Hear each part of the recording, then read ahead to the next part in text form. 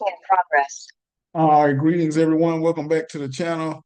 We still discussing the power of now. We're picking up right where we left off. So this is part 2 of chapter 1. We're gonna hop right back into it. Okay, y'all. Remember, y'all go pick up this book, go buy it from the store, buy it from Audible, read it, listen to it. It'll help transform your life in a better way. Okay, so y'all check this book out. All right, so let's get started. Okay, the first key point we got here. Those who have not found their true wealth, which is the radiant joy of being and the deep, unshakable peace that comes with it, are beggars, even if they have great material wealth. So, in other words, if all you have is the house, cars, clothes, the girl, the guy, the job, the career, those things are nice. Not down to any of those things, but if that's all you have and you derive your sense of self from that, then Eckhart here is saying you're a beggar. You don't really have anything because everything that's eternal is internal. Okay. Everything that's eternal is internal. So the true joy and true being comes from within. We are projecting a reality anyway. So everything is inside of us. We project it outwardly. So everything that's of value, true value, is within. The source of being that's within. It's not something that's outside. So although these things are nice, go out there, I'm saying go out there and get them. Go get you a nice car, the girl, the guy, whatever the case may be. But you can't derive your sense of self from these things because they all fade away. They all dissipate to some point. And even if you never lose the house or the car, again, they're material. Some things are going to leave you. And if you have your whole being associated with it, it's just going to cause some suffering. Okay. Let's go to the next key point. They are looking outside for scraps of pleasure or fulfillment, for validation, for security, or love, while they have a treasure within that not only includes all those things, but is infinitely greater than anything the world can offer. So again, it's looking outside of yourself for love. You want this guy or this woman to love who you are, to appreciate you, to value you, to compliment you, to take you out, to buy you stuff, et cetera, et cetera. What happens when that person leaves? Even if it's not a man or a female, it may be a child. It may be your children that you look to validate you or to support you or compliment you, to say, Mom, Dad, I love you. You're doing a great job. All of those things are coming from the outside. And are they nice? Absolutely. Do we desire them or want them? Absolutely, we do. But if you have to depend on it for your, for your, again, for your sense of self to say, hey, I exist and I exist because this person or this thing is validating me, then that is going to wear thin pretty quickly because the joy and happiness and peace is not external. It's not going to come from somebody else. Somebody may compliment you, and that's going to make you feel good temporarily, but that's going to fade. And I'm sure that anybody that's listening to this have experienced that. So where you may get a compliment, somebody says something nice, or maybe you get a new job, a new promotion, and for a while it's great, but that new car smell wears off eventually. So again, it's imperative. I don't want to use the word imperative. It's a good practice not to derive your sense of self and sense of joy and happiness coming from someone or something else outside of yourself. And you may be wondering, how can I derive it from within? That's why we're going to keep going. We're going to keep reading this book, studying this book, and see how we can use how the internal presence can affect our life in a positive way. Okay. So we won't be so attached to these external things in our lives. Let's move on to the next section, okay? So now it says the word enlightenment conjures up the idea of some superhuman accomplishment, and the ego likes to keep it that way, but it's simply your natural state of felt oneness with being. Now, I love this statement because when you hear words like being enlightened or somebody being born again or somebody calling themselves a god or somebody saying they've awakened or their chakras align or all these esoteric and mystical things, when you hear them, sometimes they seem like an unattainable feat or something that's just so difficult and hard to attain. But if you see how Eckhart puts it here, it says but it is simply your natural state of felt oneness with being. So it's your natural state of oneness. That's all it is. So to become enlightened or awakened It may be something you are attempting to achieve, but it's who you are naturally. So the idea is to remove all of the blocks and all of the stuff that's covering up your enlightened or awakened state. You don't have to find the awakened state or the enlightened state. That's your natural state. We just have to remove all the BS and all of the foolishness. Because remember, since a kid, we've been taught to do this, don't do that, do this, don't do that. We've had a program put on us, so to speak, from being very little, from a kid, all the way into adulthood most times. And when you start to want to make a change for yourself, it's not really, it starts off a journey of looking for something. And then you come to the realization you really don't have to look for anything. You have to remove all the BS because what you're looking for is already there. You're already a perfect being. Like the Course of Miracles says, you're already innocent, right? You're already the perfect being. You just got to get all this other stuff out of the way so you can get back to that peace, joy, happiness that's within. And again, this book is going to help with that. Okay.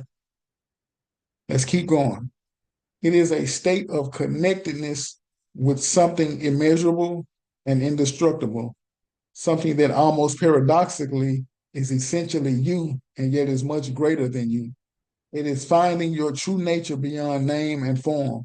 And so what he's saying here, it is essentially you and yet something much greater than you is because the true essence of who we are or who I am is that same true essence of who you are, whoever might be listening to this, the same essence and truth within me or being that's within me is that same essence and being that's within you. That's why when you hear terms like namaste and it says, I bow to the divinity within you, that same divinity in you is the same divinity that's within me. And that's why it says it's us, yet it's greater than us because each and every individual has the same essence. So therefore, it's not just me as an individual. I'm not, am I special? Yes, but so is everybody else, right? I'm special, you're special, this person is special, Jesus is special, Muhammad is special, Buddha is special, Thoth is special. Everybody has that same divine essence and spark within them. And once you realize that, that starts to help you have compassion and grace and forgiveness for the rest of humanity because you'll realize that, hey, the divine spark that's within me is within it. It's also within them. It's just covered up by programming, circumstances, the environment, and it helps you to help one another because you understand, hey, let me help this person out. This is my brother. This is my sister. No matter what they may do, and how how much how wicked they may be, how low down they may be, how evil they may appear to be, how dirty they may appear to be. That person still has their true essence within them and it allows for compassion to come about. Okay, let's keep going.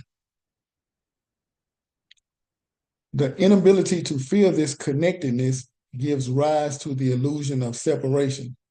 Let me say it again. The inability to feel this connectedness gives rise to the illusion of separation. And again, it's an illusion of separation because that's not real. We're not really separate. Even though I have my own body, you have your own body. Again, that same essence, that divinity, that being that's within inside me is the same essence, energy, and being that's within you. So it's really no separation. It just appears to be that way. But if you don't have that connectedness to source, to being, if you're not aware of it, then you're gonna go around hating this person, hating that person, disliking that person, judging this person, condemning this person.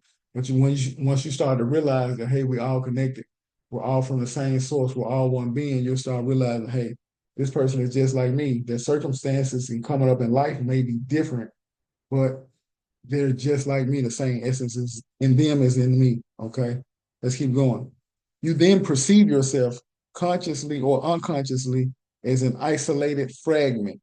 Fear arises and conflict within and without becomes the norm.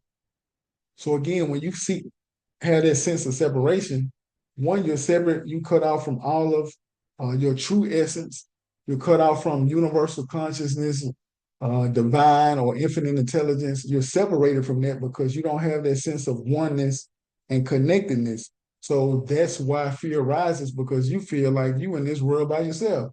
You think you got to go with this thing alone. When the bills pile up, or somebody passes away, or your best friend you have an argument with your best friend, your lover leaves. You feel like you're alone in this world, nobody can relate. You don't have any kind of power source that can help you through when you're going through these dark times.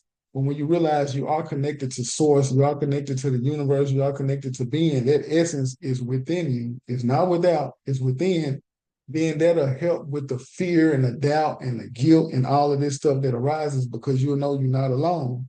You never were alone. Again, it's the programming and the environment and the way society teaches us that makes us feel that we're separate and we don't have any source or any support, so to speak, because our mind is getting convoluted with all these thoughts and negative thought forms, negative thought patterns, the bills, the boyfriend, the girlfriend, the job, the somebody sick.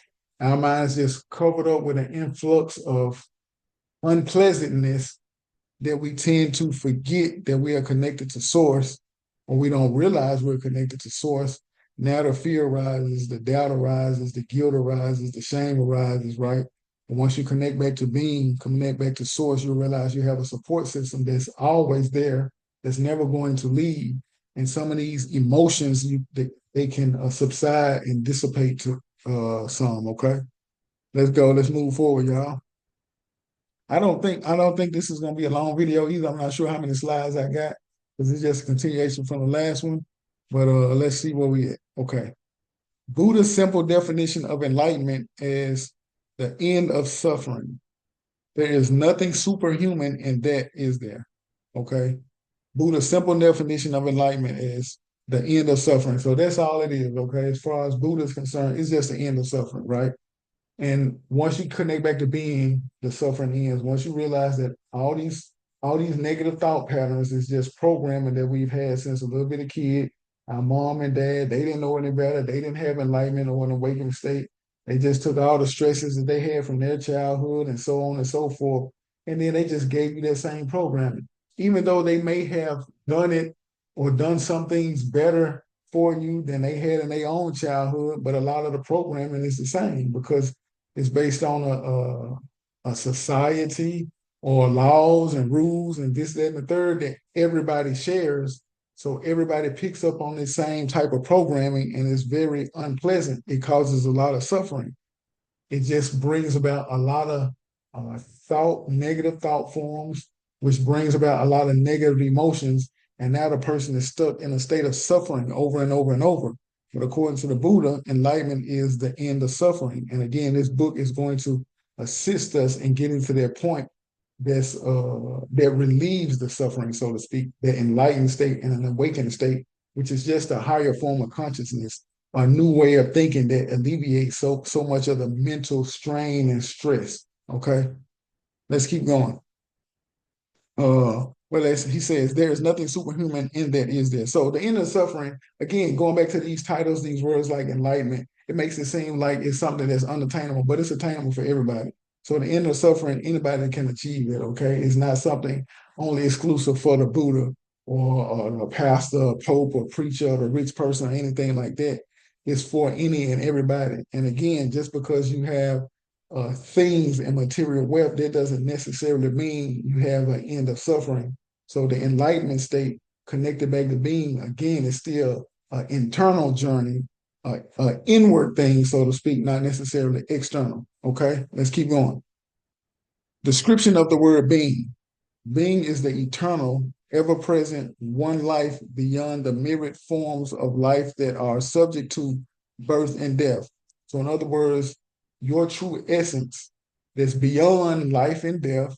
So in other words, who and what you were before you were birthed on this planet and who and what you're going to be after you've left this planet, that's true being. And you can tap into that essence and that energy and that awareness now while you're here, wherever you at. If you're in your office, you're driving in a car, or you at the grocery store, if you listen to this video, you can tap into that right now. That true essence of who you are is beyond life and death. It's beyond all the negative thought forms, the negative feelings and emotion. It's beyond that. We just have to learn how to tap back into it, okay? However, being is not only beyond, but also deep within every form as its innermost, invisible, and indestructible essence. This means that it is accessible to you now as your own deepest self. your true nature. Again, it's always there. It's just that our mind is going 1,000 different directions. So you don't have to find your true essence. You don't have to go looking for it. You just have to remove the fluff and all the stuff that's covering up. Like Christmas time, when you get that present, the present is inside the box. You got to take out the ribbon, the Christmas wrapper paper. You got to open the box, take the top off. Got to take the stuffing out of it, and then you get to the prize. And even then, when you get to the prize, you got to open it up, and now you got the prize. So it's kind of like that. The essence is already right there under the Christmas tree. You just got to get all the stuff out of the way, okay? It's your true nature, it's your birthright. You don't have to do anything to qualify for it. You don't have to prove yourself worthy of it. It's already there. We just have to remove the foolishness, okay? Let's keep going. Okay, when you are present, when your attention is fully and intensely in the now, being can be felt, but it can never be understood. And so what he means by that is once you tap back into that eternal, internal you, right? Internally, not all the external stuff, but once you tap back into that internal you, then you'll have an awareness of, okay, I'm permanent, I'm eternal. This is my true being. It's not subject to me getting a promotion, me getting a guy, me getting a girl, me getting a new car, me getting the money, this person complimenting me, the day going perfect. It's not subject to those things, okay? You tap back into that present moment, you can feel that, okay, life is great. I'm appreciative to be alive and well in this moment. Even if you're feeling sick, you're going to be appreciative of just being alive because you get to experience this life. And it's really a great thing, no matter what goes on around us externally. Once you realize that you are an eternal being, there's nothing going to happen to you. You're just here having an experience. And that experience can be wonderful. You're not going to be so subject to external events changing your mood all the time. Okay? Being can be felt. You'll feel that true essence of who you are, but it can never be understood mentally. So what that means is it can never be understood mentally means you will try to logically understand it, figure it out, and maybe even articulate it to somebody else, but you're going to find a difficult time doing it, again, because your true essence is beyond time, space, life, death, et cetera, et cetera. So to articulate something like that may be very difficult and challenging. You can get close. You can do your best to give examples of it, but until you tap in and really feel that sense of being, you're not going to really understand it. And once you do tap into that true essence of being of who you are, you will get the essence of what it is, but to articulate it, explain it, and to logically make it make sense in your head, it may be challenging to do. You still know what it is through experience, but to articulate it and to make it make sense to the logical mind may be difficult to do. Okay? Let's keep going. To regain awareness of being and to abide in that state of feeling realization is enlightenment. To regain awareness of being. So that's all it is realizing who you are at the essence of you. Getting rid of the I'm not the job. Somebody had a song, I forgot who it was. I don't know if it was India Reed, Jill Scott. Somebody was like, I'm not my hair, right? I'm not my hair, I'm not my car, I'm not my clothes, I'm not my jewelry, I'm not this name, I'm not my nationality, my race, my skin color, this house, all this money. I'm not any of those things.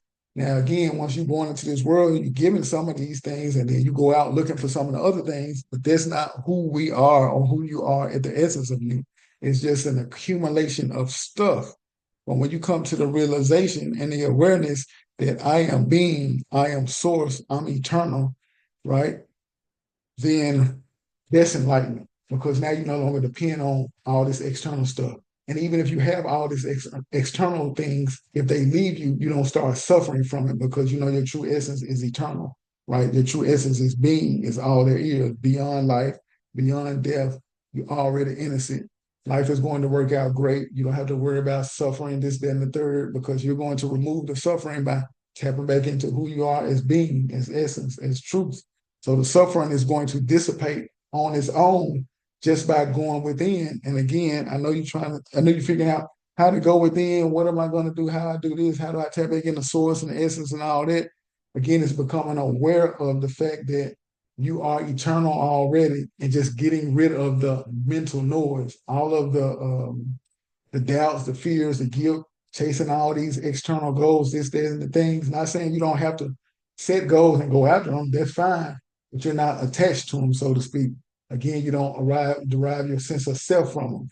And Eckhart Tolle is going to give us a lot more tools to get to that point to where the thoughts are not taking us over, the thoughts are not causing us to suffer, the emotions that we feel in our body, how to disconnect from the emotions, et cetera, and get back to that place of being essence and source. Because again, all we're doing is removing the negative thought forms, the negative emotions, the negative narrative.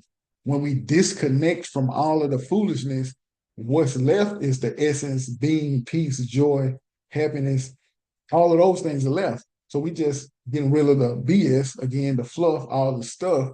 And what's left is true joy, happiness, and being. Okay. Let's keep going. What is the greatest obstacle to experiencing this reality? By this reality, he means, of course, the enlightened state, right? Identification with your mind, which causes thought to become compulsive. So identifying with all the things that's going on in your head, all these negative thought forms. I got to get up and go to work. I don't feel like going. My boss is such and such, such and such. I don't feel like dealing with them. I ain't got no gas in the car. My girlfriend ain't acting right. She won't give me none. My boyfriend, he been out late. He ain't doing what he's supposed to do. I wonder if I'm gonna get this job. Did my interview go well? I wonder, did they like me? Did they not like me? What's gonna happen tomorrow?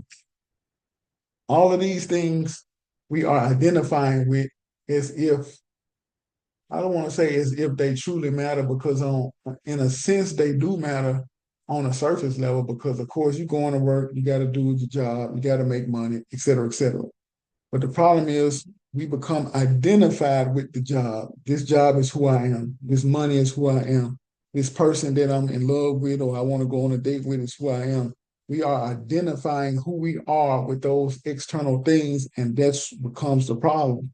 And so when we start thinking like that, like this statement says, thought becomes a compulsive, because one thought adds on the other, adds on another, adds on another, and you just get in this cycle of unpleasantries, negative thinking, negative thought forms, and just a negative thought pattern. And you do that with everything, with the cars, the clothes, the jewelry, the job, et cetera, et cetera, et cetera.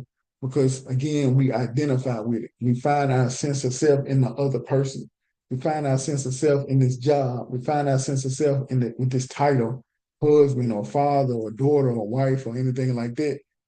We find our sense of self in it. And because we find our sense of self in that one external thing, the next external thing, we're going to find our sense of self in that as well. And the next external thing. So it becomes compulsive, and this becomes our program and our reality on an everyday basis.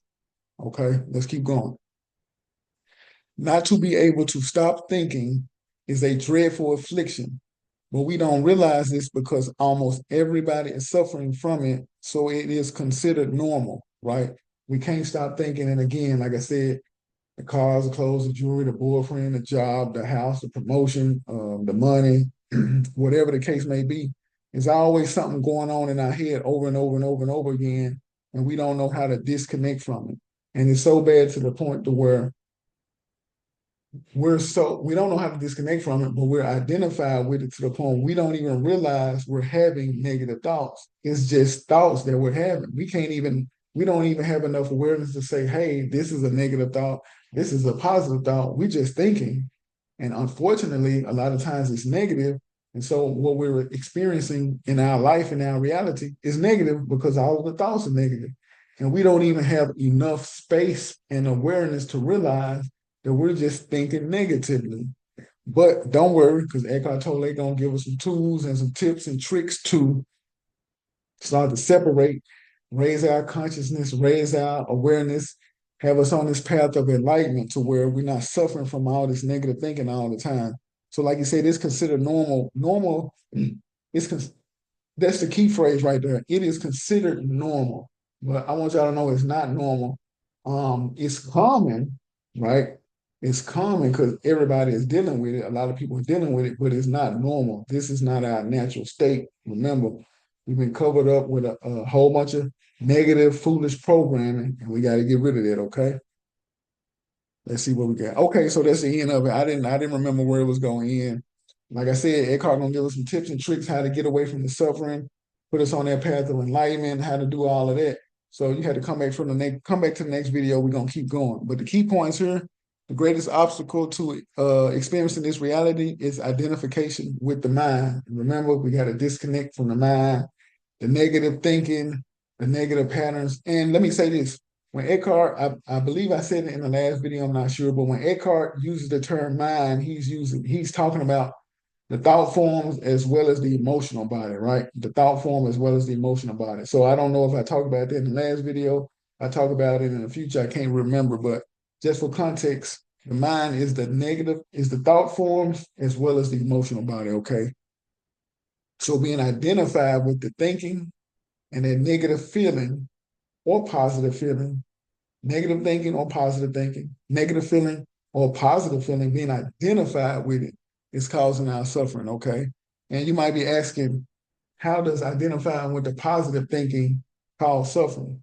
Well, positive thinking feels good, positive emotion feels good, and it's great. However, if you identify with it, what happens when it leaves you? If the positive feeling leaves and the positive thinking leaves and you're left not having it, it's going to cause suffering if you're identified with it. Okay. That's how being identified with it with something positive can cause suffering, because if you're identified with it and or attached to it, once it's gone or if it leaves, you don't have it anymore. You're gonna cause suffering. Okay. Next key point, enlightenment is your natural state of felt oneness or awareness with being. Okay, that's your natural state. So once we get rid of all of the BS, all of the negative thought patterns, the negative emotions, return back to source, return back to being, hey, we're gonna be in good shape. Okay. When you are present in the now, being can be felt. So when you tap back into the essence of who you truly are, regardless of what's going on outside of you, being can be felt. Okay, so y'all got to come back, check out the next video, and we're gonna keep going a little bit further. Thank y'all. If y'all made it this far, thank you. Do the like, subscribe, comment, and all that thing. If you want to send some financial support, I sure appreciate it. You can go to buymeacoffee.com/peace and positivity, or Cash App $KOS901. And I got the QR codes for them too, so you can just scan it, it'll take you right to it. So again, I appreciate y'all for staying with me this long if you made it through, and come back to the next video, okay? Y'all take care.